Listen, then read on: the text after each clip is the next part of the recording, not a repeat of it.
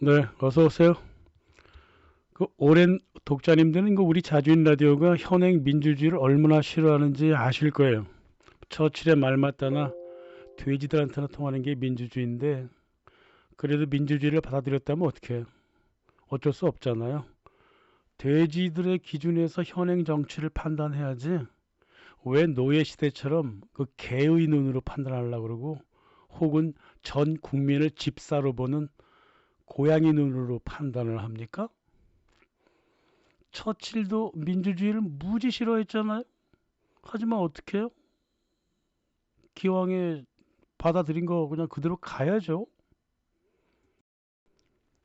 그래서 민주주의를 기반으로 봐야 되는 거예요. 세상을. 지들 멋대로 보면 안 되죠.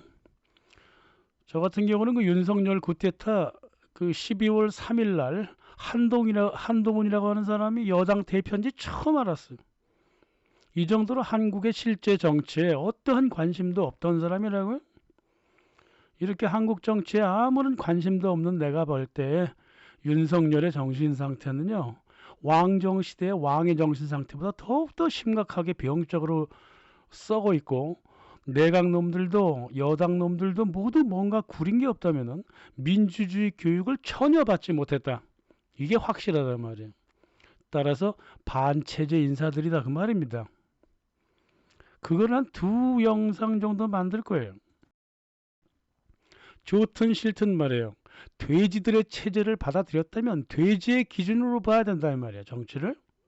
개처럼 무조건 복종하는 지금의 국무위원들이나 고양이처럼 만인을 자기 집사인지 착각을 하는 윤석열 같은 놈의 눈으로 민주체제를 보려 그러면 반체제 인사가 돼버린다 그 말이에요.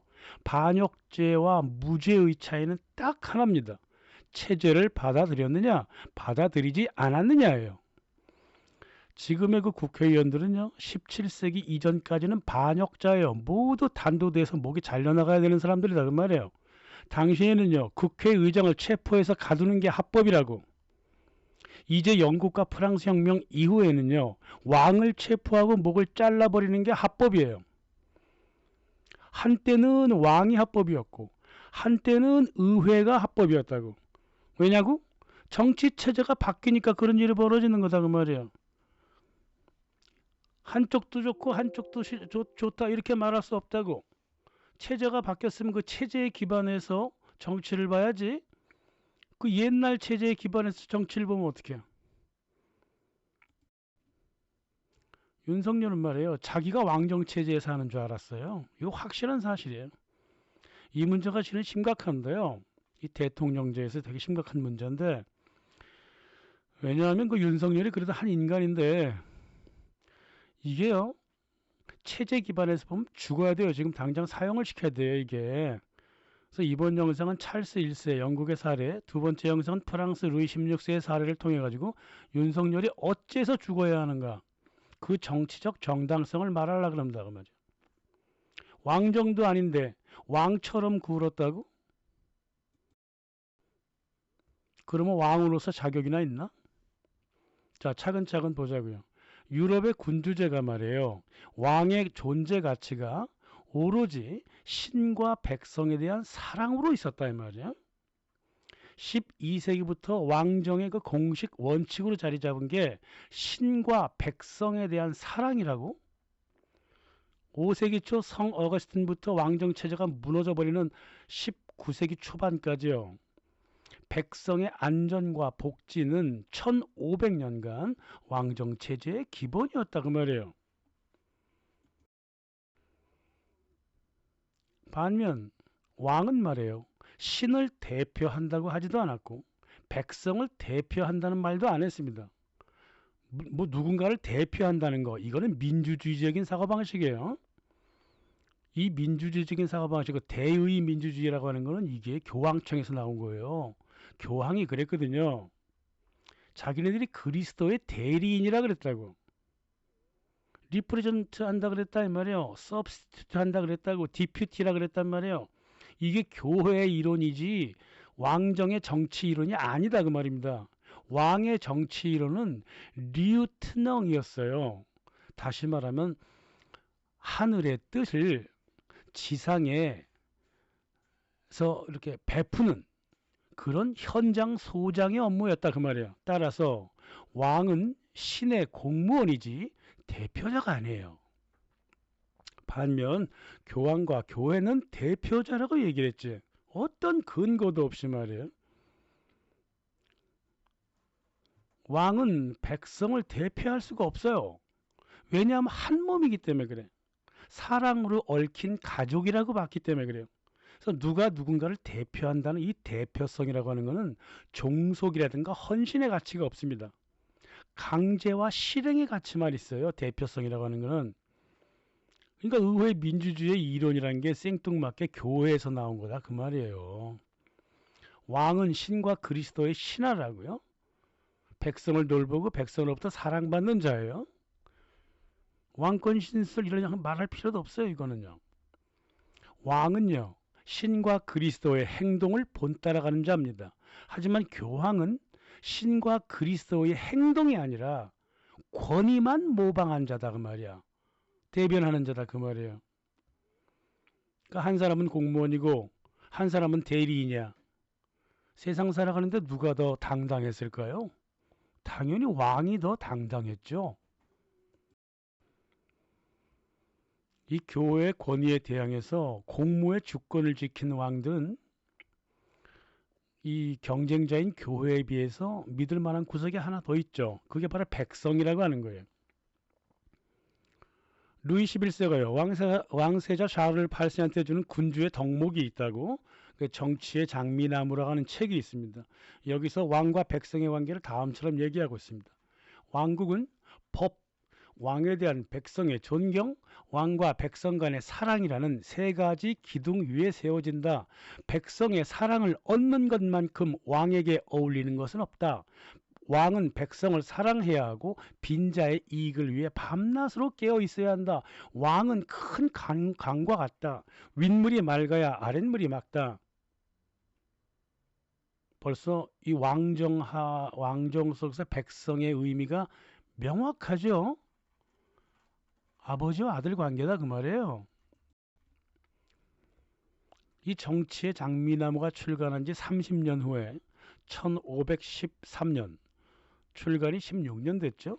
마키아벨리가 이 정치의 장미나무를 읽더니 이게 지나치게 사랑과 덕치를 강조한다 이렇게 보고 그렇지는 않다 현실에서는 그러면서 현실적 정치론을 펼치기 시작한 게 군주론이라고요. 군주에게는 사랑도 필요하다. 하지만 백성들한테 두려움을 심어주는 것도 통치에 굉장히 필요하다 그랬습니다. 왜 그러느냐? 사람은 태생적으로 악하고 이익을 추구하기 때문에 서로 으리렁거린다. 따라서 위에서 강력하게 눌러주는 어떤 통치자가 필요하다. 중재자가 필요하다. 그게 이제 마키아벨리의 정치론이라고 말이에요. 이 겉으로 말은 안 했지만 약육강식 적자생존 정치론이라고 이게 토마스 홉스도 마찬가지예요. 이런 그 인간은 악하기 때문에 이 악을 서로 조정해주는 정치론이라고 하는 골 때리는 정치론이 탄생한 게 1513년이었다고요. 그 이전엔 안 그랬어요. 인간은 선하고 서로 조정하고 그러고 살아간다 그랬다고. 악한 면이 있다 하더라도 근본은 선하다 그랬어. 얘네들은 뭐라 그랬냐면은 인간은 선한 면이 없는 건 아니지만 근본적으로 악하다 그랬어. 선악설을 기반으로 해서 마키아벨리 정치론이 만들어지고 프란시스 베이컨의 정치론, 존 로크의 정치투쟁 논리가 만들어지고 선악설의 근간에서 18세기 근대 공화주의자들의 사회 계약이라는 말도 안 되는 기만적인 국가 정치론이 탄생하게 된 거다 그 말이죠. 그래서 우리는 정치론을 중세 이전의 정치론을 전혀 배운 바가 없습니다. 그러니까 왕의 덕목도 모르는 거라고요. 이 실상 말이에요. 16세기, 17세기 이전에는요. 의회라고 하는 조직이 마키아벨리적 약육강식 정신상태로 모인 그 귀족들이었다고요. 그래서 왕이 의회를 받아들이긴 했죠. 근데 그때 의회는 법제처 역할이었다고. 왕이 만든 법이 다른 법과 충돌하는지 안 하는지 검토해봐라 이랬어요. 근데 그 검토해주는 서유럽의 귀족들이 어떻게 구성되었나? 그 귀족들이 만든 의회거든요. 그 아버지 할아버지 때부터 십자군 전쟁 때 사람들 살육하다가 귀국한 군인들 아니에요. 걔네들한테 자기를 하나씩 나눠준 게 귀족이라고 하는 거예요. 그 이전의 귀족은 공식적이지도 않았고 정당성도 없었지. 왕한테 도장을 안 받았으니까 교회한테 도장을 안 받았다고요. 십자군 전쟁 이전에는. 근데 십자군 전쟁 후에는요. 귀족 자기를 받은 사람들이요. 정치권에서 들어오지 않았습니다. 들어올 필요가 없죠. 토지를 하사받았으니까 지방에서 그냥 지주로 살았죠. 그래서 의회라고 하는 거는 13세기 이전에는요. 어떠한 가치도 없었어요. 의회라고 하는 게 지네끼리 그냥 놀이 모임이었다고. 정부는 왕과 국민 그리고 신에 대한 헌신으로 정부를 이끌어갔던 겁니다.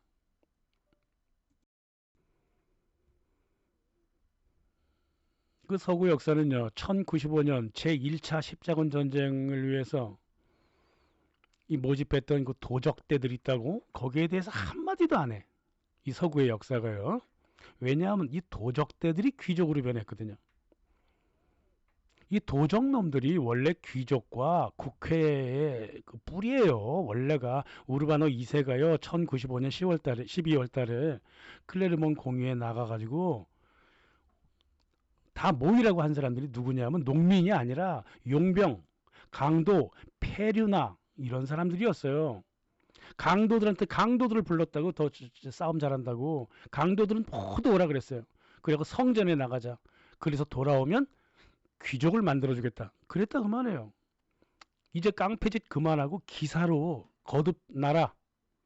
십자군 전쟁은요. 평범한 농부라든가 장인들이 떠난 게 아니에요. 지주나 영주들은 왕 같은 사람들은 돈을 대면서까지 전쟁에 나가야 되는 명분이 있었고 교황청과의 관계와 이익관계가 있었지만 농민들은 그런 게 없어요. 지금 추수해야 되는데 무슨 전쟁을 나갑니까? 농촌이나 도시에서 버림받거나 직업전선에서 밀려났거나 실업자, 고아, 불황자들, 거린들, 도적대들 이런 애들이 십자군 전쟁에 대거 참여했다고요. 돌아오니까 뭐가 돼요? 귀족이 되잖아. 그래서 이 서유럽의 귀족들은 전사계급이라고 얘기하는데 그 전사계급이라는 게 딴 게 아니라 할 줄 아는 게 죽이고 패고 이런 거밖에 아는 게 없다 그 말이에요. 그네들이 귀족이 됐고 걔네들이 모인 게 귀족 지방 의회라고 하는 것들이 이런 것이고 걔네들이 중앙으로 진출한 게 바로 의회라고 하는 거라 그 말이죠. 영국의 예를 탁 집어들자면 가장 대표적이니까 13세기 초에요. 영국 귀족들이 의회 형태를 갖추기 시작하죠. 왕과 지주들 사이에 계약 조인서가 하나 나와요. 그럼 마그나 카르타라 그러죠. 이게 실은 그 왕이 말이에요. 귀족 의회를 처음으로 인정한 문서예요. 그래서 마그나 카르타는요. 귀족의 이익만 대변했습니다. 민주주의와 아무런 관계가 없는 거예요. 문제는 서구 역사에서도 잘 얘기하지 않는 문제가 또 뭐냐 하면요. 이 귀족들, 이 깡패 귀족들의 의회가요. 왕을 견제하기 위해서 가톨릭 교회와 결탁했다는 거예요. 그러니까 마그나 카르타를 통해 갖고 영국 교회 전체뿐만 아니라 신부, 사제들, 땅과 동산에 대한 그 비과세, 처분 자유 모두 얻어낸다고. 마그나 카르타가 1215년에 나오죠. 라테란 공회가 1215년 같은 회에 열린다고. 그래가지고 교회가 국가로부터 자유를 얻어내요. 비과세 자유를 얻어낸다고. 그러니까 의회와 교회가 같이 움직였다 이 말입니다. 그게 서서히 의회로 조직된 거예요. 존 왕이 이걸 알았나? 몰랐죠.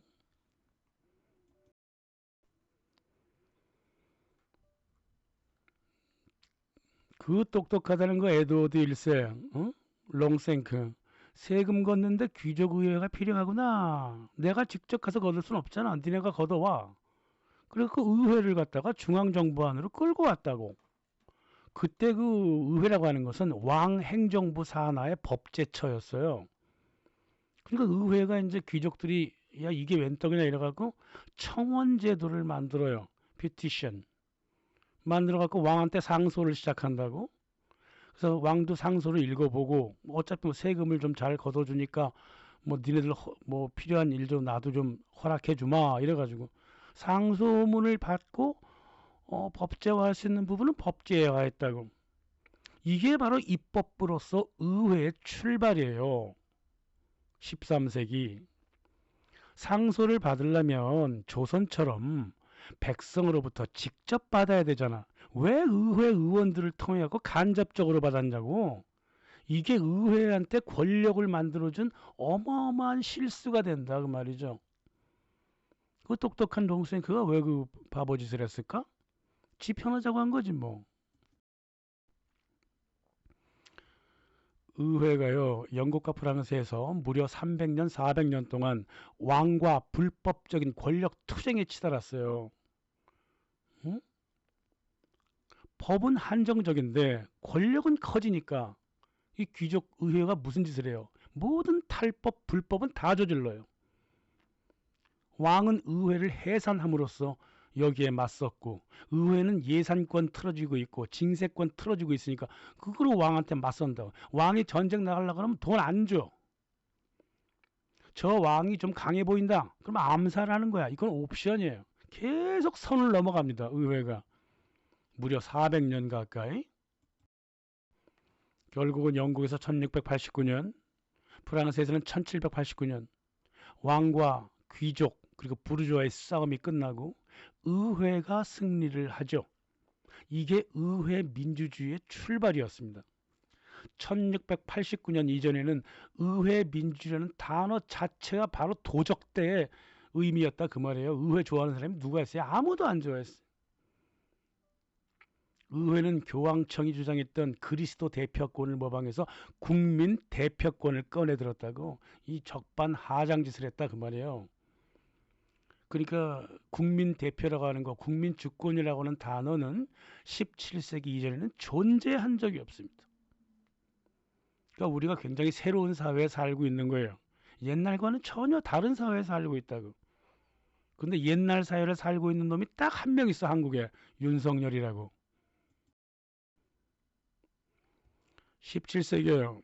의회 권력이 커지니까 왕은 이에 대항해서 절대 왕정을 주장합니다. 왕권 신수설이라 그래가지고 니네들은 국민의 대표일지 몰라도 나는 신의 대표다. 모든 백성은 신한테 종속한다. 이러면서 신을 대변한다 그랬다. 그 영국의 제임스 1세가 그랬죠. 나는 신을 대표할 테니까 의회는 국민을 대표한다. 그 니네가 할 일과 내가 할 일은 서로 다르다. 근데 이게 국민의 대표성을 인정을 해줘버렸다고 왕이요. 의회는 그런 거 원하지도 않았는데 왕이 대표성을 인정을 했다고. 왜냐면 의회 의원들이 자기네가 국민 대표라는 걸 몰랐어요. 그거 가르쳐준 사람이 제임스 1세라고. 당신들은 국민을 대표하고 나는 신을 대표하니까 각자 권력도 다르고 기능도 다르다. 의회는 또 딴 생각하죠. 야 그래? 그러면 신에 대한 개념을 약화시키면 왕권도 줄겠네? 이렇게 보는 거죠.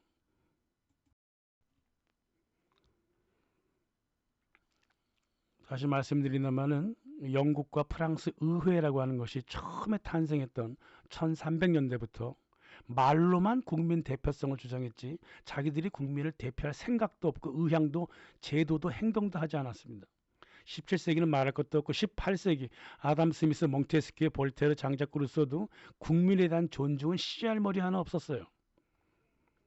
자기들이 국민 대표라고 말하는 건 핑계에 불과해요. 왕한테 대들라 그럴 때 핑계 쳤다고. 하지만 국민의 대표성에 대한 건 코웃음을 쳤다 그 말이에요. 그러니까 오죽하면 의회의 역할을 설명해 준 사람이 제임스 1세 왕이었다고요. 의회에 나가서 그랬잖아요.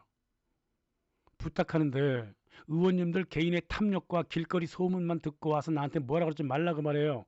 당신들 지역구가 하나 더 있을 거 아니야. 거기서 지역 구민들 정보나 얻어오라고요. 나는 백성들이 어떻게 살고 있는지 알고 싶으니까. 내가 지방을 막 그렇게 순시할 수는 없잖아. 그러니까 당신들이 지역구에 가서 백성들의 아픔이 뭔지 좀 알아오라고. 그럼 정부가 해결해 줄 테니까. 그리고 당신들 말이야 정부 일에 끼어들지 마세요. 내가 내리는 법이 불편하면 나가서 뭐라고 씨부렁대지 말고 의회에서 토론하고 개정하고 개정안을 나한테 올리세요. 그럼 내가 알아서 판단할게. 이렇게 사정을 했다고요. 이게 1116년에요. 의회란 게 바로 그런 거였어요. 그 돈 좀 예산 좀 짜버리니까 전혀 예산을 안 짜주네. 그래서 의회를 두 차례나 해산시켜버렸다고. 1616년, 1614년. 그 국민의 대표라면 제대로 국민을 대표해야 되잖아. 근데 그런 건 안 하고 왕의 권한만 탐을 냈어요. 국민 대표성이라고 하는 거는 왕의 권한을 뺏으려는 핑계였다고. 그러니까 의회를 인정해 주면 좀 성실하게 해야 되는데 권력 싸움으로 판단을 했다고. 지들 할아버지가 깡패 출신이니까 방법이 없는 거야 이게. 왕은 믿는 구석이 딱 두 개가 있었다고요. 하나는 백성, 하나는 신에 대한 헌신에 따른 법 집행이 있었다고요. 의회한테 뭐가 있었어? 아무것도 없어. 딱 하나 있습니다. 과세를 편하게 해준다는 거. 그리고 왕이 무슨 법률을 공포하려고 그럴 때 자기네들의 도장을 받아야 된다는 거. 그거 딱 두 개밖에 없는 거예요. 근데 그게 나중에 이제 어마어마한 힘을 발휘할지 그 당시는 몰랐죠. 17세기 영국 의회는요. 모든 짓거리가 다 불법이고 반역죄였습니다. 지방에서 내란을 일으켰고 왕자들을 암살했고요. 증거는 인멸했고요. 판사들도 납치했습니다. 공공연하게. 이 모두 1351년 세워진 반역죄 항목이었다고. 이제 공개적으로 왕의 권한을 불법적으로 뺏으려고 그러는 게 그게 권리청원이라고 하는 거예요. 권리청원. 1628년. 제임스 1세가 죽고 이제 아들 찰스 1세가 올라가잖아요. 그때 의회가 그랬습니다. 의회 동의 없이 과세하지 말라. 말도 안 되는 개소리를 했어요. 이유 없이 투옥하지 말라. 백성들 사이에 군인을 주둔시키지 말라. 전시가 아니라면 계엄령을 때리지 마라. 이게 무슨 자다가 봉창 터지는 소리냐고요 이게. 그리고 나서 찰스 1세한테 전쟁하는 비용 없지? 우리가 줄게. 그러면서 28만 파운드인가 그거 딸랑 주고 이 권한을 뺏었다고. 도장을 또 찍었어 찰스 1세가. 응 알았어. 저기 과세할 때 너네 의견 물어볼게. 뭐 대충 그렇게 생각했지. 법적인 권한이 딱 있다는 판단은 안 했다고요. 찰스 1세는. 의회는 성문화 시켜버렸다고 이거를. 과세는요. 왕의 고유 권한이에요. 의회가 건드릴 게 아니야. 이거 말도 안 되는 미친 짓을 해버린 거라고요. 영장 없이 투옥하지 말라고? 얼마나 의원들이 왕도 죽이고 왕자도 죽이고 판사들 죽이면서 증거 사멸을 했는지 지들 스스로 잘 알고 있잖아요. 응? 그리고 백성들 사이에 군인을 주둔시키지 말라고 지방 반란은 누가 일으켰는데? 모두 의회 의원들이 일으켰잖아요. 그리고 전쟁도 대비해야 되니까 상비군 키워야지. 국군 안 키울 거야 그러면? 오히려 외환죄를 일으킨 건 의회라고요. 지방에서 외국 군대랑 접촉해가지고 의회가 반란을 일으킨단 말이야. 그러니까 상비군을 만들고 주둔시킨 거 아니에요. 전시 이후에는 계엄령을 때리지 말라고? 미친 소리지 완전히 이거는. 왕이 만든 법안을 자꾸 비토시켜버리니까 계엄령을 때려버린 거 아니야. 이 모두 합법이에요. 이 모든 왕의 합법적인 통치 행위를 불법으로 만들어버린 게 의회였고 권리청원이었다고요. 이게 처음에는 청원으로 출발했다가 법으로 바뀌어요. 무슨 양아치 국회도 아니고 말이야. 이 법이 180도 바뀐 게 1689년이에요. 의회 동의 없이 절대 안 되고 영장 없이 투옥하면 안 되고 군인 주둔시키면 안 되고 민간 지역에다가 전시 말고는 계엄령 때리지 마라. 계엄령은 무조건 의회만이 때릴 수 있다. 이런단 말이야 이게 지금. 300년 전부터 법이 바뀌었어요. 근데 윤석열이라고 하는 이 미친놈은 어떻게 그 300년 전의 정신상태를 그대로 갖고 있냐고.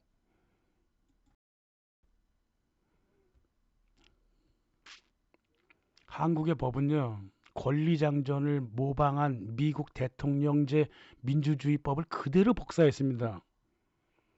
미국 대통령제에서 대통령한테 계엄령 없어요. 한국은 프랑스를 닮아가지고 계엄령을 때리되 의회 동의를 얻어야 된다 이렇게 돼 있다고. 근데 의회를 총칼로 걸어 잠근 새끼가 어떻게 반역죄가 아니고 내란죄가 아니냐고요?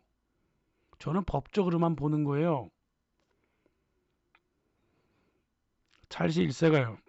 자기한테 계속 거부권을 행사하는 의회를 해산해버리고 과세 니네 도움 안 받아도 돼. 전 국민으로 과세를 확대해버렸습니다. 모두 합법이에요. 의회 의원 중에 온건파가 있지. 왕당파가 있다고. 그래서 왕과 함께 하려 했어. 하지만 장로교, 청교도들이 주로 모였던 의회에서는요. 찰스 1세랑 마치 십자군 전쟁아들이 행동했다고요. 갖은 불법과 탈법을 다 저질렀어. 권리청은 네 가지 조항을 왕의 동의 없이 의회가 저질러 버렸다고. 이런 미친 짓을 했어. 의회가 아무나 붙잡아다가 반역죄로 쳐버렸다고. 왕의 동의도 없이. 징세 구역도 지들 마음대로 정했고 군대도 지들이 만들어서 배치했다고. 의회를 열기만 하면 왕한테 대들었어. 결국은 제임스 1세, 찰스 1세는 이거 전쟁밖에는 방법이 없네라고 생각을 했다. 그래서 왕이 의회에 한번 들어갔어요. 뭐 들어간 적은 없었는데 오죽했으면 반역죄인 의원 5명하고 귀족 1명을 숨겨줬거든. 그놈들 내놓으라 그랬다고. 반역죄, 명백한 반역자들이니까 내놓으라 그랬어. 그래서 국회의장이 딱 나오더니 못해요. 우리는 못해요. 나는 입도 귀도 없는 사람이에요. 저는 하원한테 충성합니다. 그 사이에 반역죄인 6명 모두 도망쳤지. 지금의 그 당시 국회의장 윌리엄 렌탈, 민주주의의 불꽃 같은 상징이라고 영국 사람들이 떠받들고 있죠, 이 사람을. 하지만 당시로서는 반역이에요. 그러니까 지금을 기준으로 옛날을 보면 안 된다고요. 옛날은 180도 거꾸리였으니까. 왕과 의회는 전쟁으로 사건을 해결할 수밖에 없었죠. 응? 왕은 단 한 번도 불법을 저지른 적이 없어요. 모든 불법 폭거는 다 의회가 저질렀다고. 그건 어떻게? 지네가 힘이 세고 개인 군대도 가지고 있고 영토에서 돈도 많이 갖고 오고 있고 왕은 쫄쫄 굶고 있고 전쟁할 수밖에 없죠. 그랬던 졌죠. 왕이 졌어요. 예전이나 지금이나 병참이 최고인데 의회 의원들은 돈이 많잖아요. 의회가 이겼습니다. 내전에서 이기고 나서 권리 장전 만들기 전에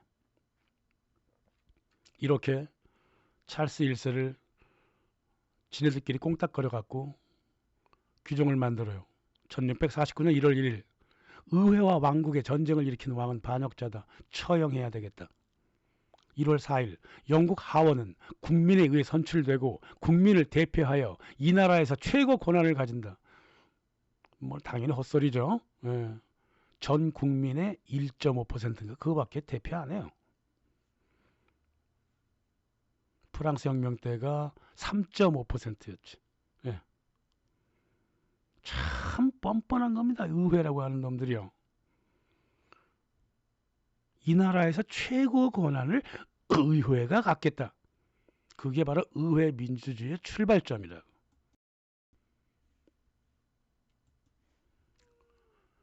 네, 결국은 찰스 1세를 처형시켜버리죠. 찰스 1세가 1월 30일인가 처형당하는데요. 그 세계 역사에서 굉장히 중요한 그 의미를 가지고 있죠. 군주라고 하더라도 반역죄 처벌이 가능하다는 사례를 보여주었고, 두 번째, 모든 권력은 입법기관인 의회에서 나온다. 의회 통치의 시작을 알렸습니다. 그래서 민주공화국 헌법에 뭐라고 되어 있냐면요. 모든 권력은 국민으로부터 나온다 적혀 있죠. 그때 그 국민은 국회를 말하는 거예요. 왜? 대의 민주주의를 만들어 놨기 때문에 그래요. 그래서 국민들이 아무리 의견을 모아도 국회를 통하지 않으면 법안이 실행도 안 되고 입법도 안 되는 거예요. 따라서 헌법 전문에 나오는 모든 권력은 국민으로부터 나온다는 뜻은 국회로부터 나온다는 거라고. 이거를 모르고 있어 한국 사람들이.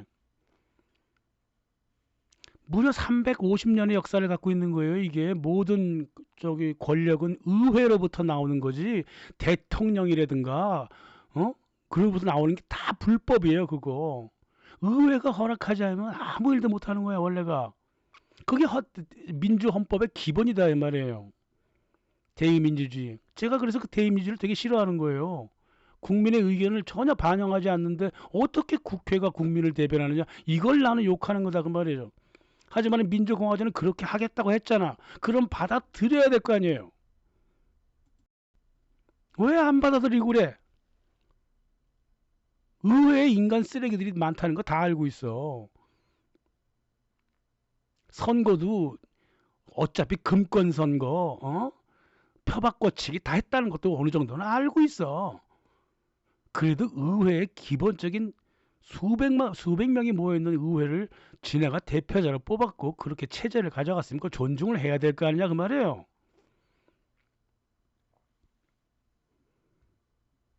의회 민주주의는요, 그 당시로서는 돌이킬 수가 없던 제도였어요. 중간에 왕정 복고가 있고 그랬지만 영국 의회는 말이에요, 왕정 복고 이후에 다시 한번 쿠데타를 일으켜요. 근데 이번에는 자가 쿠데타를 일으킨 게 아니라 외환을 일으킨다고. 네덜란드에 윌리엄 3세를 찾아가서 영국을 침략하라 그랬고요. 영국으로 쳐들어오라 그랬다고 영국 의회가. 그리고 네덜란드 왕이 영국으로 쳐들어와서 제임스 2세가 도망쳐 버렸다고. 그걸 명예혁명이라고 부르는 거야. 1689년. 의회 민주주의는 이렇게 쿠데타를 통해 갖고 정권을 잡았다고요.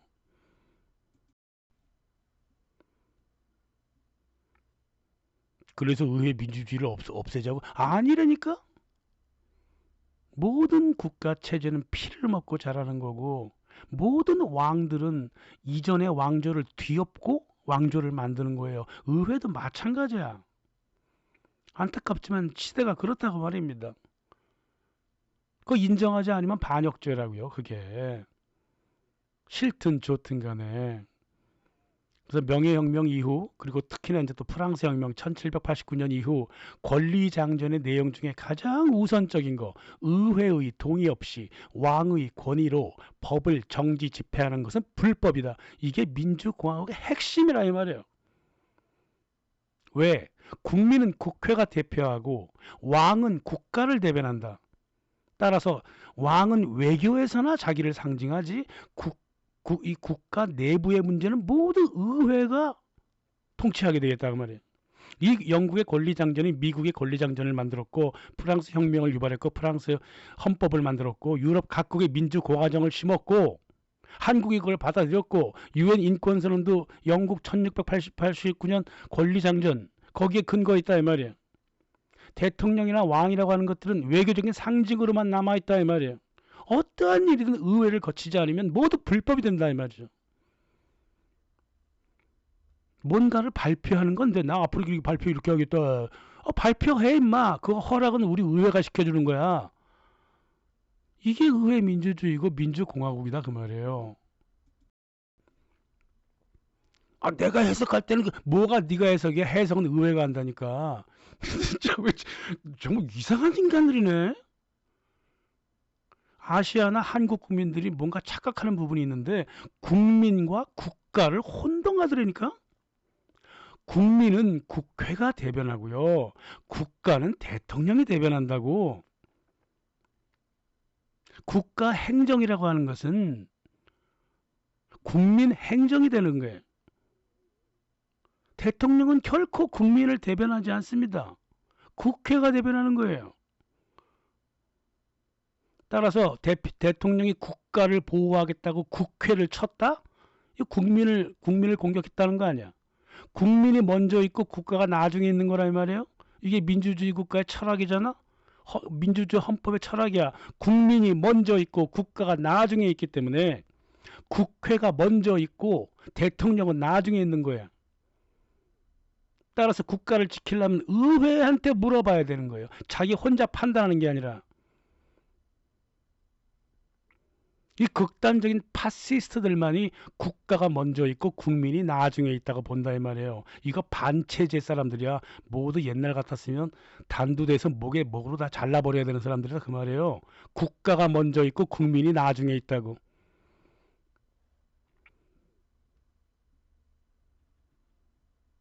이런 350년 전의 인간들이 한국의 광화문에서 아직도 좀 있어요. 세상이 바뀐 걸 모르고 있다 그 말이에요. 아니 민주주의 교육을 아예 잘못 받은 거예요. 대통령제를 하더라도 마찬가지예요. 강력한 대통령제, 프랑스식 대통령제를 받아들였지. 박정희가. 한국이 그래서 대통령제 힘이 좀 센 것뿐이야. 하지만은 원칙은 원칙이다 그 말이에요. 미국의 왕정도 아니고 의회정도 아닌 대통령제를 만들었잖아. 세계 최초로 만들었어요. 미국이 항상 안팎으로 전시 상태에 있었기 때문에 불가피하게 대통령제를 선택했다고? 하지만 1787년 헌법 이래 미국 대통령한테는 비상권한이 없었습니다. 계엄령, 비상조치령, 전쟁권 모두 의회가 갖고 있다 이 말이에요. 지금도 마찬가지예요. 국민이 주주고 국회는 주주의 대리인이라고. 그리고 이 대리인이 공무원인 대통령을 관리하는 거예요. 대통령의 권한은 하위 공무원들한테 행하는 행정명령 외에는 권한이 없어요. 대통령은 원래가.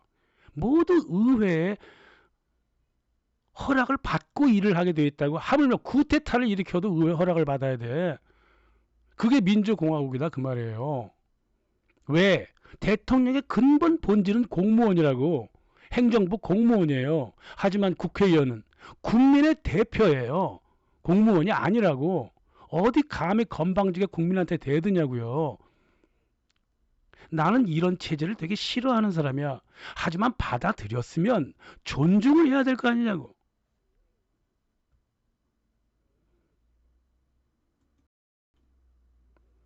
탈법이 아니라면 대통령은 의회를 벗어날 수가 없는 거예요. 그걸 몰랐단 말이야 윤석열은. 하물며 박정희도 잘 알았어요. 의회의 동의 없이 대통령이 무슨 일을 함부로 할 수 없다는 걸 잘 알고 있었다 그 말이야. 그래서 정상적인 때는 의회랑 항상 상의하려고 그랬던 게 박정희 때였다 그 말이에요. 근데 이 새끼는 뭐 하는 새끼냐고 이게 도대체가.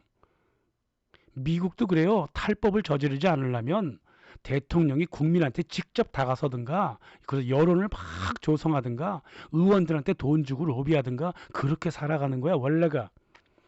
의회를 피해갖고 탈법을 하려고 가장 많이 한 미국 대통령이 누굽니까? 시어드루 루즈벨트, 우드로 윌슨, 아주 정말 더럽게 이를 데 없는 프랭클린 루즈벨트가 가장 의회 로비를 많이 했고, 조지 부시 부자가 행정명령 가장 많이 때렸고, 오바마가 가장 많이 때렸어요. 행정명령에다 별걸 다 집어넣었다고.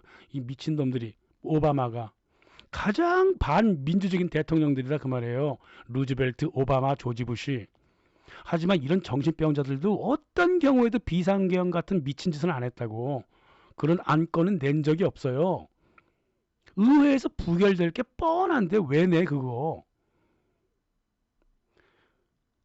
대통령이 행하는 법이라고 하는 것은 예를 들어서 이제 계엄령 같은 거는 장관들의 의견을 듣고 곧 의회 표결에도 들어가야 하기 때문에 대통령, 국무회의, 의회가 야 이게 전시 상황이냐 비상사태냐 서로 토의를 해서 오케이 받아갖고 계엄령을 내리는 거예요. 그게 비상이든 뭐 무슨 뭐 단기적인 잠시 그런 거든 간에 어쨌든 간에 1시간이든 10년이든 어떤 미친놈이 말하듯이 계엄령은 대통령이 고유 통치 권한이 아니다 그 말이에요. 대통령의 모든 명령이라든가 모든 행위는 의회의 비준을 원래 근본적으로 받게 돼 있는 거야. 즉시 받든 나중에 받든. 자기한테 권한이 있다면 행정명령밖에 없다니까. 그러니까 오바마가 그렇게 행정명령을 많이 때린 거예요. 의회를 비껴나서.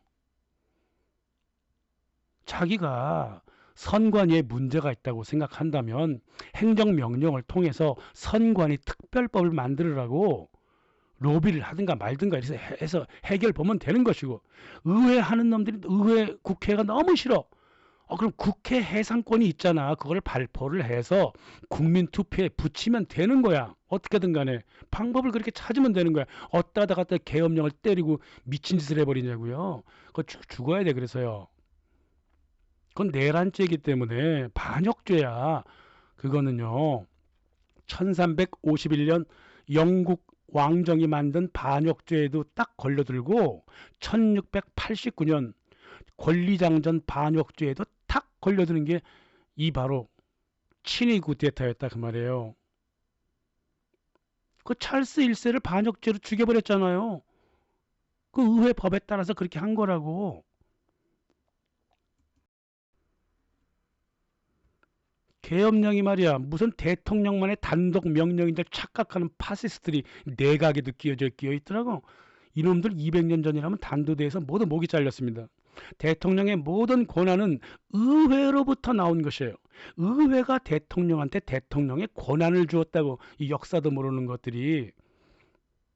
오늘날 국회의원들을 뭐라 그래요? 국개위헌이라 그러잖아.